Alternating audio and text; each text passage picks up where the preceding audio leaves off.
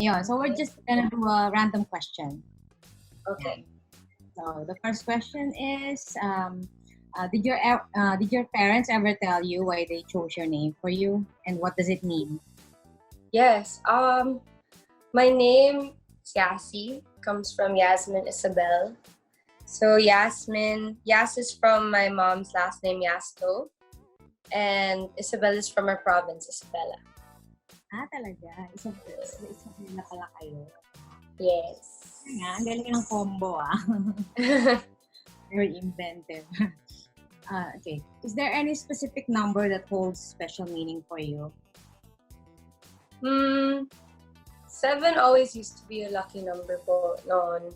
Pero, ngayon wala namang specific number. Wala. Parang lucky number something. 7 noon, 7. Bakit?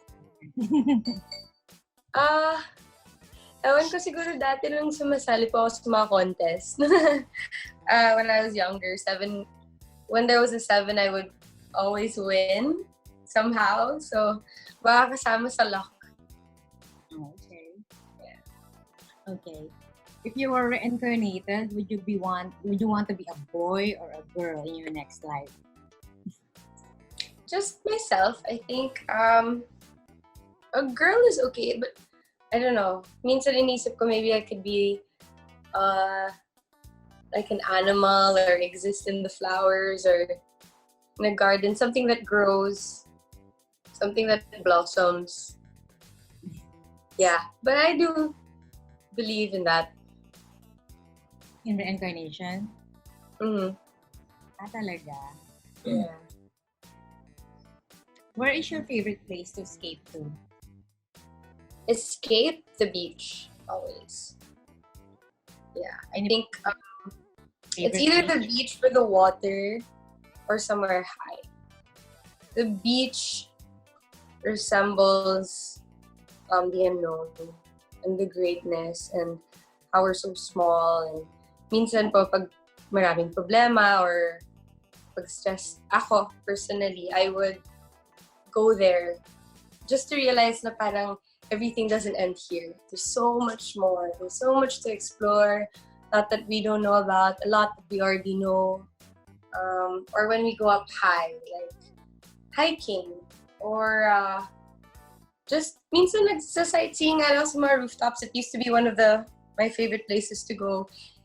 Especially when my dad was around also. Kasi he would just always say that the world is so big and what you carry on your shoulders is probably the same as everyone else is carrying as well. So, hindi ka nag-iisa. Marami lang mga symbolisms for me. So, any chance na mayroong rooftop, pupuntahan mo? Pag ano? Baka syempre, balik na sa dating buhay, makita na lahat ng mga tao. Pero any particular beach? Wala namang particular, pero now, in La Union is the easiest place for me to go. And lately, kapag ka merong mga either one day pahinga sa work or merong kailangan pag-isipan talaga or pag-pray or some quiet time, I go to London. You. Ikaw, what's your favorite place to escape to? If I have it my way, I'd go to Palawan every day. Every day. Oh, I've been to Palawan. I've been to Lagan, sa El Nido. It's very beautiful there. I went there for my birthday last year. Yeah, that was another escape. Okay. If you're, is there a book that you've been reading? Yes, there's a book that I'm reading now. Supermarket by Bobby Hall. But it's a understanding of how someone battles with mental health. But it's a novel about someone writing a novel. Oh, really? Someone write a novel about what? A novel about someone writing a novel. Oh, that's interesting. Pero, why are you into that kind of topic? Ano po yan? Sorry. Why are you in that kind of topic, like mental health? Yeah, I don't know. I think it's something that's very important to me. Kasi, sorry, ayusin ko lang. Nalaglag. Whoop! Okay. I think it's something that's very important to me because I think we live in a generation where society kind of dictates what you should be, who you should be, how you should behave, what you should have. And then, ang dami kasing mga kabataan ngayon that takes the easy way out. And I think that's very, very sad. But it gets to that point, I think, because we don't know enough about it. And minsan di natin napapansin, but that caring text message of how you are, how are you, or you okay, or you want to come over, or I mean, like a hug gives people strength, especially the ones that are fighting battles na hindi po natin alam. So, I don't know, it really interests me, and it's a good way of finding out how some people think. And syempre, iba-iba naman po lahat. So, yeah, that's why I chose the book. Actually, bilib ako sa mga artista ngayon eh. Titiba yan. Kasi, Yeah. iba yung konting ano mo lang. Kung hindi ka matibay, di ba? Bibigay kayo. Yeah. Tsaka yun nga rin, it's a part of the social media age where people are stronger behind the keyboard. Kasi ang daming mga salita na hindi naman nila kayang sabihin sa totoong buhay.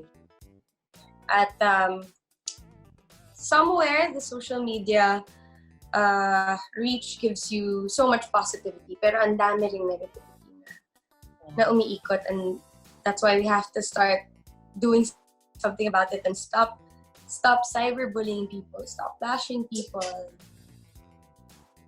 And it's a movement that's gonna take time, I think. But sana magsimula na. Okay, next question. If you could identify with one fictional character from either a book, movie, who would it be? Like Identify? Yeah. Fictional character. Paano po identify? Like parang, uy, parang ako yun ah. Oh, So, as myself. Yeah, like a character na parang ako yun. Hirap naman. It's so hard. I don't know. I have to think about that. But balikan na lang natin mamaya. Hindi ka alam. Okay, what is your medyo mababa, pero what's your physical attribute na paborito mo? Favorite physical attribute? Ayoko magsalita para sa sarili ko. Pero I think sa akin na lang, for everyone else, I think one thing that really captures me is their smile. Kasi I love people that are genuine, and I think I can see that when they're smiling from the heart. So, I guess it's a smile. Okay, non-physical na lang attribute of you. Not, about myself, that I love about myself. Ang nakakatawa yung what I love about myself. Siguro one thing that I have built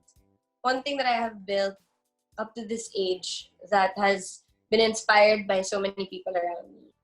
And syempre, my father, my sister, my family is strength, because it's hard. A lot of things are hard, and I think even when I look at someone that is either successful or happy, I see the struggle that they had to go through as well. And when I look at someone who is there, I see hope for the ones who are struggling. So, strength. okay, next question. Sige po. What's the one thing you'd love to learn more about? Myself? No, yeah. World? Parang, About the world? Yeah, something you want to learn more about. Maybe like a hobby or a passion na Oh, nasa okay. hobby mo pa for a while because you're busy. Oh, okay. Sige. Instruments. Instruments. In particular, what? Piano? Piano or guitar? I was thinking piano or guitar. Talaga. Mm-mm. Maybe ngayon. Oo nga eh. Kaya lang kakabigay ko lang sa best friend ko ng piano. So, sayang. Pamigay mo yung piano. Yeah, for now lang. Yeah. Sentimental reminder kasi. So, I have to put it to the side for a bit. Okay, next question. What is your favorite childhood memory? Oh, aside from yung mga school times when, syempre, like graduation, all of that, mga given, when you see that, like, your dad's there, like, when they're proud, that they see your hard work, those are one of my favorite moments. Actually, I have a lot. Every time that I do something na talagang pinaghirapan ko and na-appreciate, that means so much to me. Pero on the lighter side, I think one of the things I miss the most nung kabataan ko, yung nakikipaglaro kami ng patintero sa labas, yung mga bata na tumatakbo, nalaro kami octopus outside the box, ganyan. Yeah, a lot of playing time when I was younger. Tapos pagkatapos nun, pag 4 o'clock na kailangan namin manood ng Meteor Garden, bubuksan namin yung bahay sa lahat ng mga batang gusto pumasok. Yun, those are some nice moments of my childhood. Magaling ka ba magpatintero? Oo naman!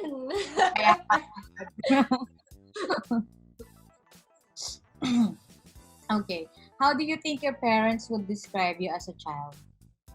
Like, if I ask your mom or dad, like, paano po ba si Yassi nung bata? Anong tingin mo sasabihin nila? Hindi kulit eh. I think, I always wanted to do something. I always wanted to, like, after school, gusto ko pa ulit mag-aral sa bahay bago ako maglaro. And then, gusto ko maglaro bago ako kumain. Like, kailangan lagi akong may gagawin. Siguro active. Ano ba active? Hindi naman bibo eh. Ibang word yung bibo eh. Active. Active kid. Bibo rin. Siguro po. Okay, next question. Which school subject did you find the most engaging? Oh, I love math. Yeah. Love challenging ourselves. So, kaya nahirapan ako. So, yung talagang kailangan ko mag-isip. Yeah, I really enjoyed math. Konti lang kayo. Pero syempre, pinakamasayang gawin, PE, of course, ganyan. Pero for some reason, lahat yung buong class ko ayaw nila ng math teacher namin. Pero ako, gusto ko. Talaga.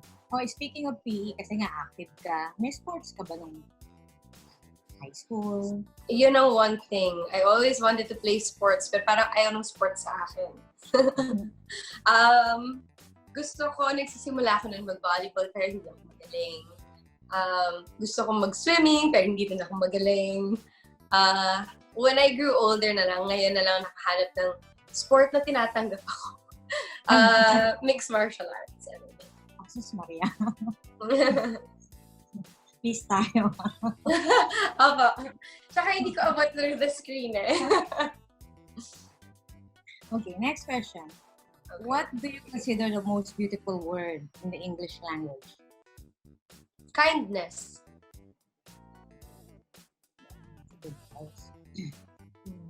Which romantic gesture do you believe is overrated? You believe is overrated?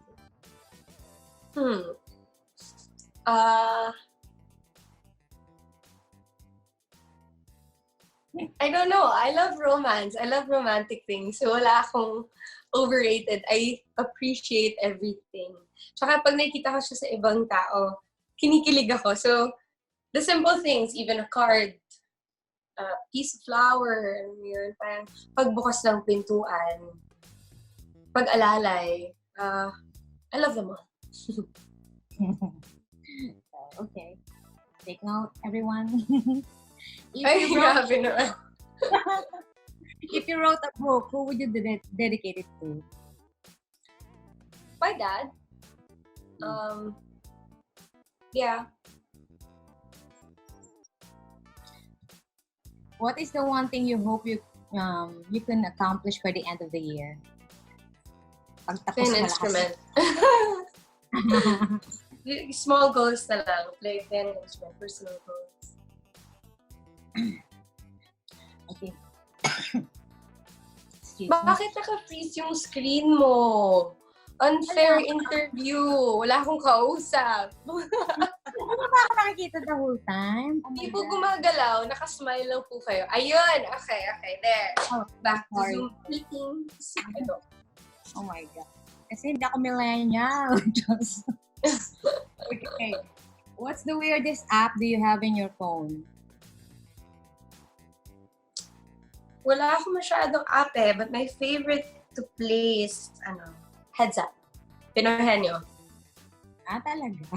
Galing ka. I always play it with my friends. Oo, parang medyo, lagi silang natatalo pag ako. Ang cute. Okay. Do you consider yourself an old soul? Yes. Yes. I can consider myself an old soul. Because I love that time nung people would dance to get to know each other, people would talk. There was a really, really strong human connection that we still have now, syempre po. Pero I think before, if you wanted to know something about the person, you would have to go to see the person. You would ask them personally. Ngayon, kasi syempre we find all the information on the internet, on social media. So, there's that wall, I think, that used to, kailangan ikaw mismo yung sumira ng mga panahon noon. Yun yung kulang ngayon eh. The irony of it all. Okay. What do you miss from before? Yeah, gusto ko din ng mga old movies eh. Mas nakaka-relate ako sa mga old movies. Parang gusto kong bumalik dun sa mga Humphrey Bogart days, mga ganyan. Yeah. And music, diba? Also, parang pag pumikit ka, narinig mo yung music, parang nasa ibang lugar ka na. Okay. Are you paranoid sa COVID crisis right now? And how is your family coping with this whole thing?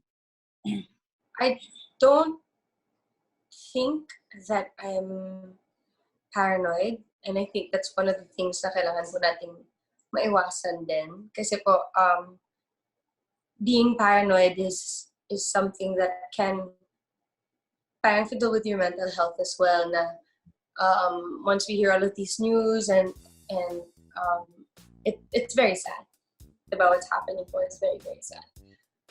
So I think it's more careful, very careful, very attentive po na makinig sa kung ano yung mga advice, the way that we can fight it, the way that we can stay away from it, or paano natin hugasan yung mga groceries natin, or maghugas lagi ng kamay, mas careful po.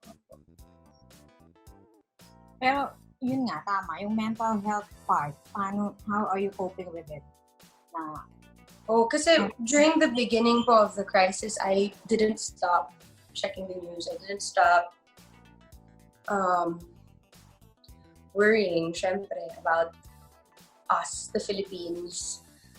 Tapos lalo po sa mga nakikita po natin na na-experience ng ibang bansa. And in-advise nga po ng World Health Organization na watch the news maybe once or twice a day to see what's going on. Pero pag scroll ka kasi ng scroll on social media, there might be a panic diba? And then within ourselves, when we panic, syempre it's not good for ourselves then. So, as much as we want to care, syempre we have to find ways to help, do our part, and then take care of ourselves then. Kesa sa like, we just continuously scroll and just scroll, especially now na naka-quarantine lahat. It's also not good for mental health. Yeah. Mahirap din. Yeah, What do you miss? Yeah. What do you miss most ngayon sa probinsyano na matagal na kayong hindi nakaka-safe? Everyone, everything. Isa po kaming pamilya doon, and ang weird po, especially for me na 4 na taon halos araw-araw na pumapasok sa trabaho, gumigising ng 4 a.m., nasa set na ng 6 a.m. Minsan gumigising ako na parang, late na ako, wala palang pasok. Alam mo yan? Parang, it was something that was so routine na for me. So, namimiss ko silang lahat. So, yun. Well, nasabi mo rin naman kanina, I was supposed to ask for message sa mga kababayan natin. But if you still have something to say about it. Sa lahat po ng mga kababayan natin, saan ba ako dito? Sa lahat po ng mga kababayan natin, ano po lahat kayo ay manatiling ligtas. Let's follow, let's stay at home. Pero higit po sa lahat, ang kailangan po natin isipin ay mayroon pong pag-asa. Huwag po tayo mawawalan ng pag-asa. Matatapos din po lahat.